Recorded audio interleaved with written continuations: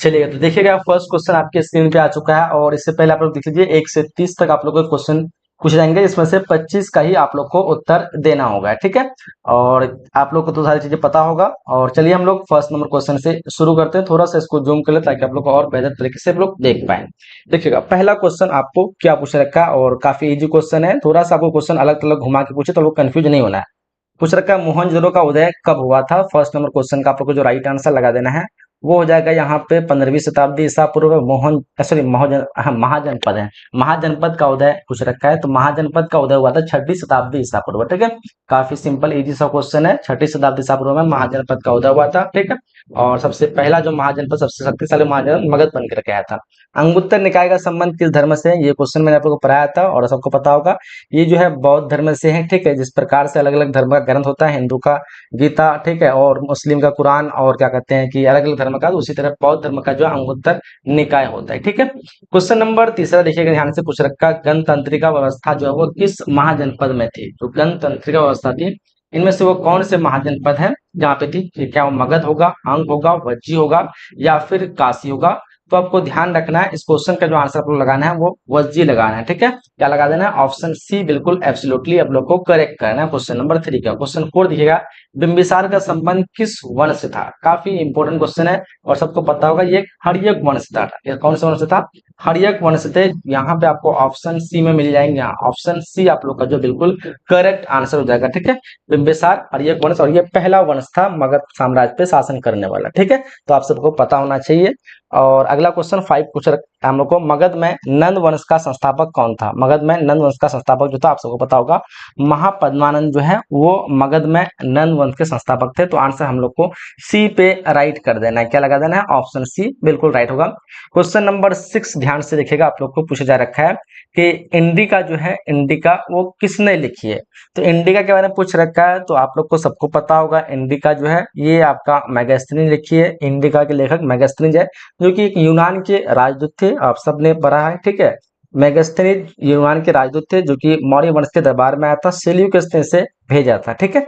अगला question number 7 पूछ रखा है कि किसने मौर्य वंश की स्थापना की थी। काफी सिंपल इजी सा क्वेश्चन है, आप सबको पता होगा, जो नंद वंश थे उसको हराया था चंद्रगुप्त मौर्य, और हरा करके मौर्य वंश की स्थापना की थी चाणक्य की मदद से। चाणक्य जो कि गुरु थे और वो प्रधानमंत्री थे, जो उन्होंने मौर्य वंश की मतलब चंद्रगुप्त मौर्य को पूरी शिक्षा दी, और फिर फाइनली जो है नंद वंश का अंत किया और मौर्य वंश की स्थापना किया 321 ईसा पूर्व में, ठीक है। सो आंसर हम लोग को सी पे बिल्कुल एब्सोल्युटली करेक्ट लगाना, ठीक है।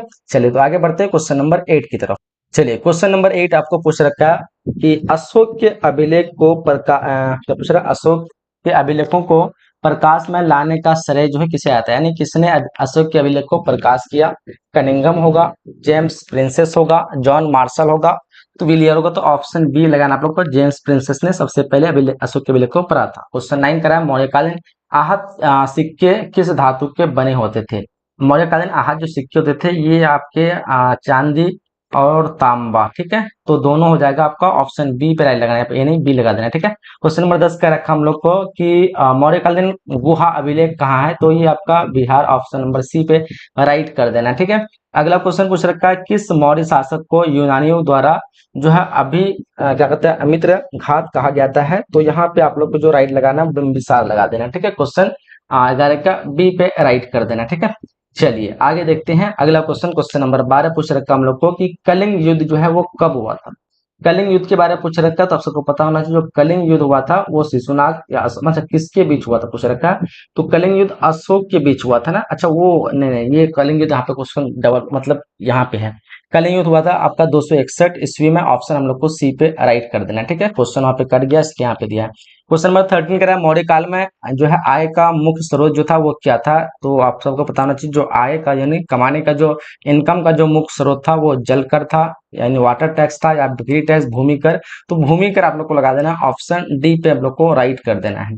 क्वेश्चन नंबर 14 का रखा हम लोग को, मौर्य काल में काल के सिक्के जो है किस धातु के बने होते थे। तो मौर्य काल के सिक्के सोना, तांबा, चांदी, कांसा। तो चांदी लगा देना है, ऑप्शन हम लोग को बी पे राइट कर देना है। क्वेश्चन 15 का रखा हम लोग को, मौर्य काल में राजकीय कृषि का प्रधान कौन होता था। मौर्य काल में राजकीय कृषि का प्रधान कौन था। तो राजकीय कृषि का प्रधान आप लोग को लगा देना है संवाहर्ता, या फिर यहाँ पे आप लोग को ऑप्शन सी लगा देना है, ठीक है, सीता अध्यक्ष, ठीक है, ऑप्शन सी लगा देना है। अलग अलग जगह पे अलग अलग ऑप्शन रहते हैं, ठीक है, राजकीय कृषि का प्रधान कहीं पे जो है अलग अलग ऑप्शन, यहाँ पे सीता अध्यक्ष ऑप्शन सी लगा देना। 16 का कलिंग युद्ध की जो है भीषण, यहाँ पे आपको क्वेश्चन 16 पूछ रहा है, कलिंग युद्ध की जो है भीषणता का उल्लेख अशोक के किस अभिलेख में मिलता है? तो सबको पता होगा जो 13वें शिलालेख है, तो 13वें शिलालेख यहाँ पे आपका ऑप्शन सी पे राइट होना चाहिए, ठीक है।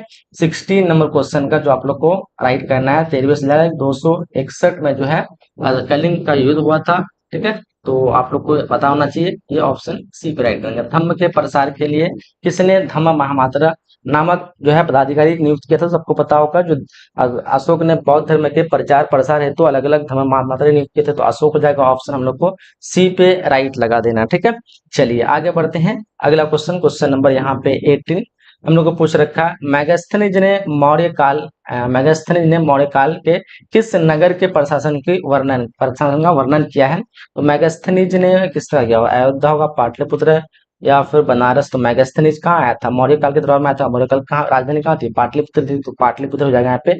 18 नंबर क्वेश्चन का जो आप लोग को राइट लगा देना है वो ऑप्शन डी लगा देना है, पाटलिपुत्र। 19 नंबर क्वेश्चन करा है कि क्या कहते हैं, मीनांडर और नागसेन के क्या कहते हैं वार्तालाप का वर्णन किस बुद्ध ग्रंथ में मिलता है? तो देखो यहाँ पे इस क्वेश्चन का जो राइट आंसर हो जाएगा आपका ऑप्शन नंबर सी लगा देना है यहाँ पे, मिल्द क्या कहते हैं कि सॉरी, क्वेश्चन नंबर 20 पूछ रखा हम लोग को कि अष्टाध्यायी किसने जो है लिखी है?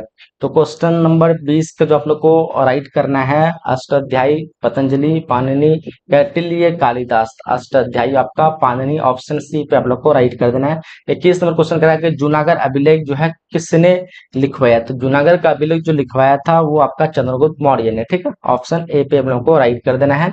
आगे देखिए क्वेश्चन नंबर 22 पूछ रखा हम लोग को, भारत में गंगाधर कला का विकास किसके प्रभाव से हुआ था? तो भारत में गंगाधर कला का विकास जो हुआ था वो आपका हो जाएगा, ऑप्शन यहाँ पे लगा देना है आप लोग को, क्या लगाओगे ऑप्शन यहाँ पे, देख लो थोड़ा इस क्वेश्चन पे आप लोग। क्वेश्चन नंबर 23 का रखा हम लोग को कि शक संवत का आरंभ जो हुआ था वो 78 ईस्वी में हुआ था। कब हुआ था? 78 ईस्वी, ऑप्शन हम लोग को सी पे राइट कर देना, ठीक है। क्वेश्चन नंबर 24 का रखा, कनिष्क के संरक्षण में चौथी बौद्ध संगीति कहाँ हुई थी?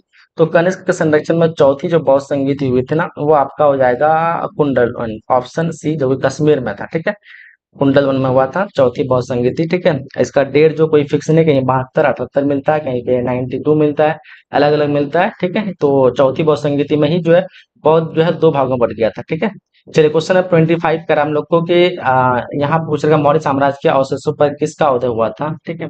तो देखो यहाँ पे आपका सातवाहन होगा, चोल होगा, चालुक्य होगा, या फिर ये तो ऑप्शन सातवाहन लगा देना, ऑप्शन यहाँ पे ए पे राइट करेंगे। कह रहा भूमि अनुदान की प्रथा किस काल में आरंभ हुई थी?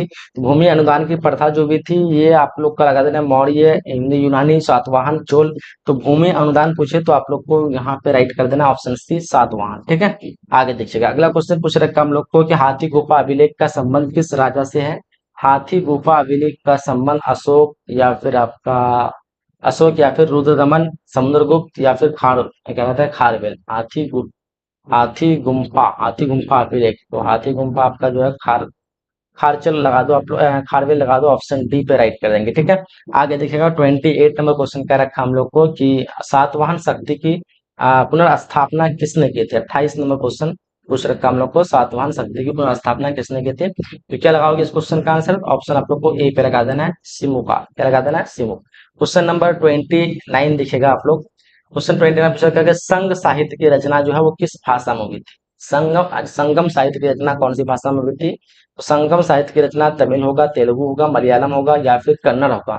29 नंबर क्वेश्चन का आप लोग को तेलुगु लगा देना है, ठीक है। यहाँ पे क्या लगाओगे? तेलुगु या कन्नड़, मलयालम, मेरे ख्याल से तमिल होना चाहिए, ऑप्शन ए राइट कर दो, ठीक है। क्वेश्चन नंबर 30 का आप लोग को सूती वस्त्र उद्योग के लिए कौन प्रसिद्ध है? सूती वस्त्र उद्योग के लिए मैसूर या फिर क्या कहते हैं उरेयूर या पांडिचेरी या फिर वरंगल, थोड़ा कम दिख रहा है आप लोग को, ऑप्शन ए लगा देना है यहाँ पे, ठीक है, उरेयूर। तो 30 क्वेश्चन हम लोग को पूछा गया था और पूरे 30 क्वेश्चन को हम लोगों ने जो है कंप्लीट कर लिया, ठीक है। बाकी आप लोग बताइए कितने क्वेश्चन आप लोग यहाँ से सही कर पाए, ठीक है। और कमेंट बॉक्स में बताइएगा। बाकी जो भी बच्चे आप लोग एडमिशन लेना चाहते हैं आपको जो है नंबर यहाँ पे दी गई है, सामने में दिख रहा होगा, एडमिशन कर लीजिएगा। डिस्क्रिप्शन बॉक्स में आपको लिंक मिल जाएगी एप्लीकेशन का, आप एप्लीकेशन जो है डाउनलोड कर लीजिएगा, ठीक है, ताकि आप जो है और बेहतर तरीके से तैयारी कर सके। चैनल को सब्सक्राइब करके नोटिफिकेशन बेल को आप लोग को ऑन कर देना है, ताकि आपको आने वाले क्लास के रेगुलर नोटिफिकेशन जो है मिल सके, ठीक है। तो चलिए हम लोग क्लास को जो है यहीं तक एंड करते हैं, मिलते हैं हम लोग अगले क्लास में, ठीक है। जब तक के लिए जय हिंद, जय Bharat and thanks for watching.